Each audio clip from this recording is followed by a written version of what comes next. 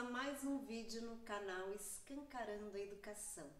E antes de começar, antes de apresentar o nosso convidado, algumas pessoas perguntaram em mensagem privada por que os vídeos haviam parado. Na verdade, eles não pararam, eles estão a respeitar o tempo do professor, que é um tempo de avaliação, elaboração da avaliação, correção da avaliação, então é muita correria. Então, quando os vídeos pararem, saibam que é um processo de avaliação que esses professores estão a ter, tá bem? Pronto, o nosso convidado de hoje, muito grata, Eduardo. Prazer, meu. Muito grata, professor de Geografia do 7º, 8º e 9º ano, isso? Exatamente. Eduardo, me conta, por que Geografia?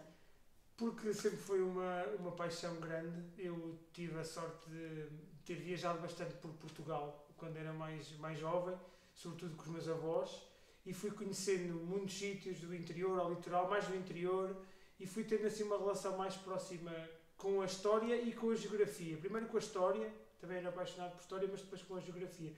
E acho que foi aí que nasceu esse bichinho e que me começou a conduzir para aí. E depois também bons professores que tive, sobretudo no secundário. Professores nessa área? Nesta área da geografia, exatamente. Pois é, uma das coisas que eu vi na minha tese é que isso como influencia, muito, né? Influenciou muito Na mesmo. decisão. Quanto tempo de lecionação? Quase 20 anos, já passa, pensou 20 anos de lecionação. Jesus, sempre nesses mesmos...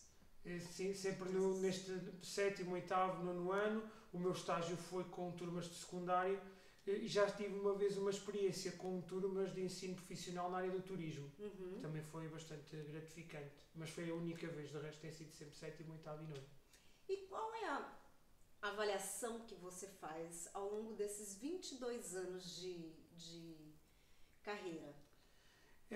Eu acho que a geografia é uma disciplina, no geral, que interessa bastante aos alunos. Eu sinto que é uma disciplina em que eles facilmente se envolvem, é fácil criar uma envolvência com eles e eles gostarem da disciplina. Agora, tenho reparado efetivamente que o grau de exigência baixou, não fruto do meu trabalho ou do trabalho dos meus colegas, mas até por diretrizes do Ministério da Educação que tentam balizar ou dar as mesmas oportunidades a todos os alunos. Muitas das vezes isso se calhar prejudica aqueles alunos que são melhores, têm mais capacidade para atingir melhores resultados. Mas noto que o nível diminuiu, não só fruto se calhar do próprio trabalho dos professores de geografia, mas se calhar o grau de exigência a outras disciplinas, como por exemplo o português, as dificuldades que os alunos têm em português, também vão prejudicar a capacidade de interpretação que eles têm. E sobretudo a partir da pandemia, dos 2 anos de pandemia, nota-se muita diferença. Porque um aluno que está agora no 9º ano, eu tenho várias turmas no 9º ano, até sou diretor de uma turma no 9º ano, tiveram praticamente 2 anos em casa e isso nota-se muito. O desinteresse acentuado, o habituar a estar a trabalhar ali num computador com os serviços mínimos, sem ligar uma câmara, nota-se muita diferença, sobretudo nestes últimos 2 anos. Imagino. E história? Porque geografia a gente tem uma noção e dá para trabalhar bastante essa questão da internet, enfim. Agora história, que eu vejo que é muito escrita também. Sim, lá está. Eu não sendo da área de História, gostando da área, mas não sendo da minha licenciatura não é em História, eu acho que os professores de História também notam de certeza... Eu achei que você fosse professor de História também. Eu sempre gostei muito de História a título individual, estava indeciso, quando escolhi o curso estava ali indeciso, Geografia, História, mas fui para Geografia. Mas tenho o feedback de vários colegas de História, e o problema deles cá é mais acentuado, porque eles trabalham muito com a base da língua portuguesa, não é? Nós, em Geografia também, mas temos outros recursos, temos a questão da espacialidade, da localização, da interpretação de mapas, que a História também tem, como é lógico, mas na parte da expressão escrita eu acho que a História a dificuldade ainda será maior, pelo feedback que tenho dos meus colegas. Não é disciplinar, mas departamento. Normalmente a História e a Geografia estão no mesmo departamento, não são duas disciplinas que são lecionadas pelo mesmo professor, mas normalmente os professores fazem parte do mesmo grupo. Mas as reuniões de História e Geografia são... Sim, é o Departamento das Ciências Sociais e Humanas. Pronto. A História e a Geografia está dentro das Ciências Sociais e Humanas. Eu achei que fosse assim. Já há professores agora, portanto, que saem da faculdade e já há um curso para História e para Geografia, já há professores que são especializados nas duas áreas. Mas quando eu terminei o meu curso, era o curso de Geografia, especialização em ensino. Porque depois também havia Geografia para o ordenamento do território, para ambiente. Portanto, havia vários ramos. Mas você já tinha sido picado pelo bichinho da educação? Foi porque, como lhe disse, a questão da professora do secundário marcou-me. Porque realmente eram aulas muito interessantes, muito dinâmicas e foi aí, eu acho que foi aí, claramente. Achas que os alunos têm ainda interesse? Tem. Claro. Não é uma questão de falta de interesse. Não, é assim, continua a haver alunos muito interessados e que no final da aula procuram, vêm falar connosco. Continua a haver interesse, continua a haver. Agora, o que se nota é que digamos que o aluno, a excelência, não é? O bom aluno, muito bom, o excelente aluno, tem tendência a ser cada vez mais uma minoria, não é? E o aluno mediano, a maioria. Aí é que se nota-se, mas há interesse, posso dizer que há interesse, mas mesmo é menor. desses medianos?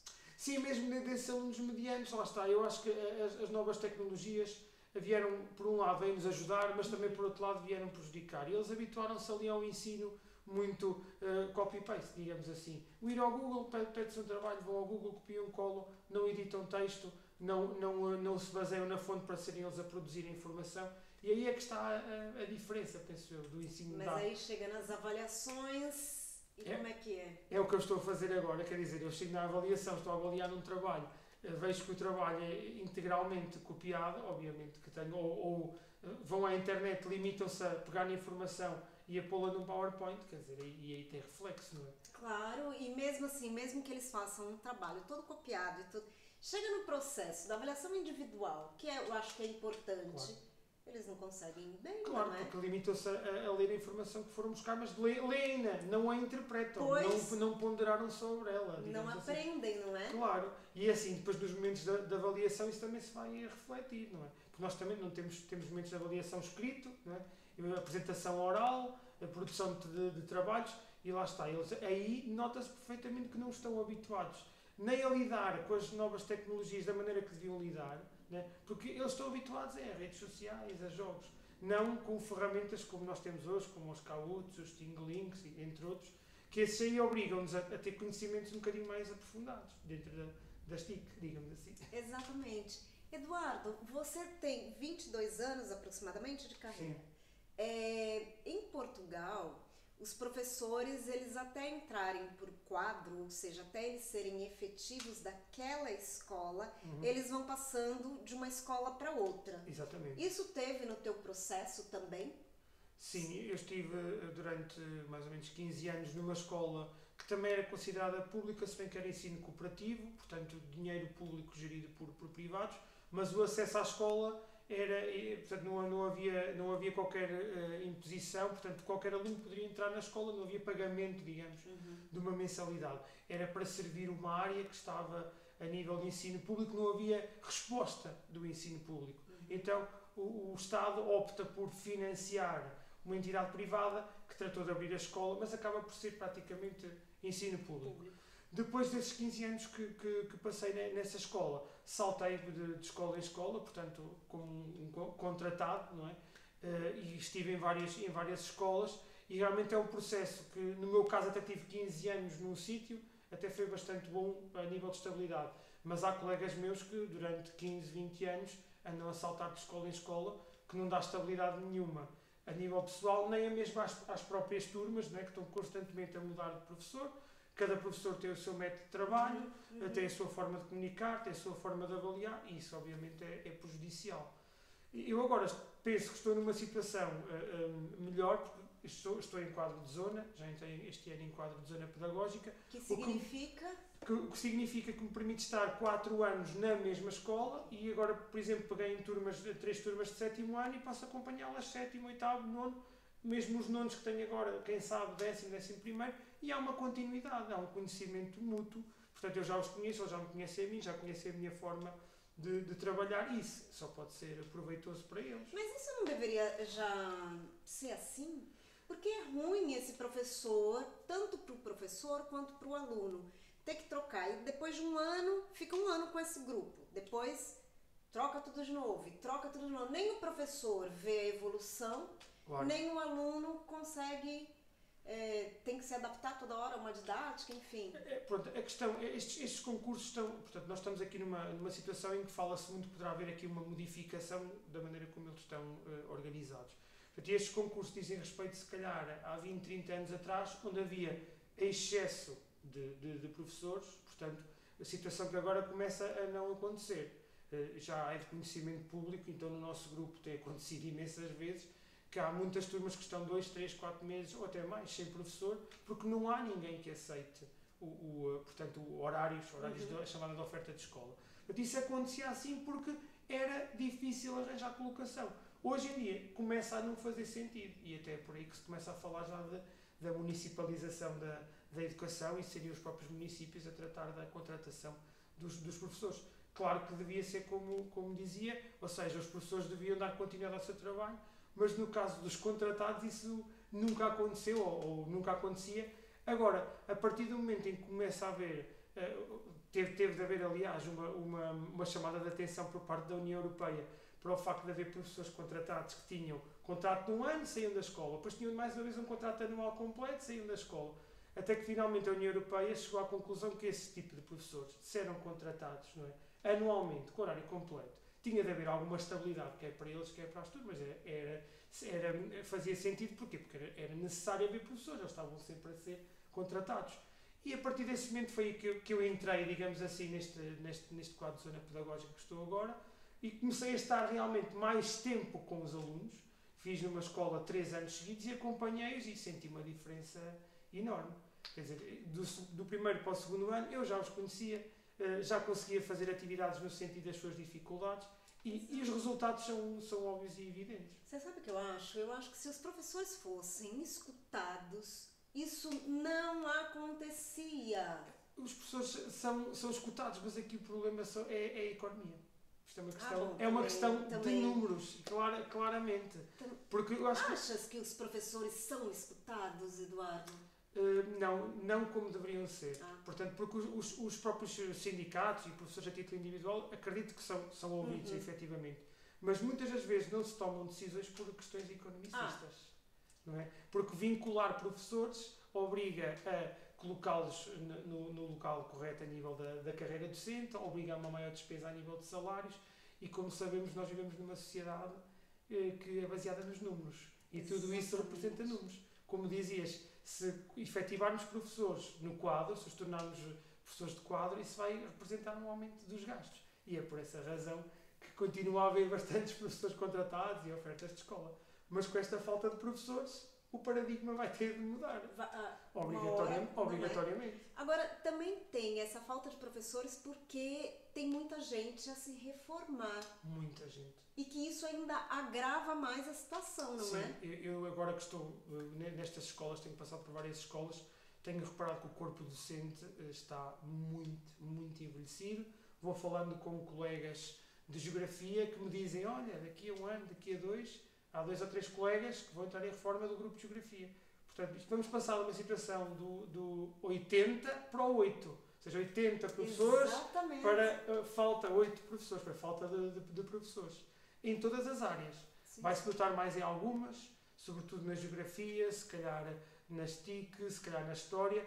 Noutras, das línguas, vai demorar um bocadinho mais, mas vai-se notar muito a falta de professores. Se eles não mudarem. Sim. Nós tivemos aqui um político que nos mandou emigrar ou não ir os professores que vão para fora ou que não vão para o curso de professores. Em 10 anos a situação passou para o oposto. Exatamente. Para começar a finalizar a nossa conversa, que está muito boa, Eduardo, só para voltar, você diz que com essa falta dos professores, há alguns alunos, isso também é retratado pelos médias, alguns alunos que ficam sem professores. Sim. 1, 2, 3, 4 meses. Como é que fica isso depois? Como é que vocês organizam para que esses... Muito difícil. Muito difícil para esses alunos recuperarem as aprendizagens. Nós temos aqui um caso que é do meu conhecimento, por exemplo, de um professor que deixou de vir em novembro, só agora, estamos já em abril quase, é que entrou o professor de geografia, portanto eles tiveram praticamente um período sem aulas de geografia, isto representa ali provavelmente um tema que não foi lecionado. Exato. Portanto, é impossível de todo o professor que vier substituir conseguir recuperar essas aprendizagens. O que é que acontece? No nono ano, o professor que para o ano pegar naquela turma vai ter de dar a matéria do nono, os conteúdos do nono e parte grande do oitavo. Isto com uma carga horária curta, as cargas horárias de geografia hoje em dia são curtas, torna a tarefa do professor herculeana, quer dizer, isto é uma coisa surreal. Não, é preciso inventar e pensar em estratégias muito diversificadas, mas é muito difícil com o pouco tempo que nós temos. E estes alunos vão chegar a exame, porventura, se forem a secundário, né, se forem alunos que quiserem seguir geografia para o ensino secundário, vai-lhes faltar a base de geografia. Agora, Geografia ou outra disciplina qualquer. Agora, a escola não pode organizar de uma forma que... Essa recuperação, não é? Eu não sei que horário, né? Porque o aluno aqui fica o dia inteiro, mas... não sei, organizar de um jeito que ele não seja prejudicado no nono ano, assim, para não... Sim, pode. Para não virar essa bola de neve. Pode. Vou dar um exemplo que não é da minha disciplina, mas, por exemplo, em horas de apoio, e professores que têm no seu horário de apoio, que é o meu caso, é possível realmente fazer essa recuperação. Mas para uma turma toda, torna-se difícil. Torna-se muito difícil. Agora, se falássemos de 1 ou 2 alunos, provavelmente com um professor com bastantes horas de coadjuvação ou de apoio no seu horário, seria possível. Para uma turma inteira, isto teria de ser obrigatoriamente o aumento da carga horária da disciplina, porque nós não podemos fazer milagres, não é? Podemos estalar os dedos e eles assimilam os conteúdos. Exatamente. Se me perguntarem, é possível abordar os conteúdos e ficaram para trás? É, só que de uma forma muito leviana, muito superficial, não aprofundando da maneira que seria o ideal para eles terem os pré-requisitos para o ensino secundário. Ai, Jesus. E a gente finge que ensina e eles fingem que aprende. Isso é uma frase do professor Pacheco de muito tempo. Agora, a última pergunta. O que é educação para você? Educação, hoje em dia, sobretudo, é educar para a cidadania. Eu falo para mim, no meu caso específico da geografia, porque é uma disciplina que tem muitos pontos de ligação com muitas áreas da sociedade que hoje em dia estão em ebulição, sobretudo o ambiente, não é? Portanto, eu acho que hoje em dia o ensinar, mais do que expor conteúdos, expor matérias, é ensiná-los a pensar no mundo que está à volta deles. E no caso da geografia, que é o tema, portanto, o conteúdo é o mundo, não é? É a superfície terrestre. Hoje em dia, com os temas a eclodir, com as guerras, com as alterações climáticas, é colocá-los, na educação, é colocá-los a pensar no que é que podem fazer para melhorar o seu próprio futuro. Para mim, a educação é isto. Mais do que dar matérias e dar conteúdos. Adorei. Olha, Eduardo, infelizmente a gente vai ter que parar por aqui. Muito grata por essa nossa conversa. Gostei muito de conversar contigo. Obrigado. Grata, eu agradeço.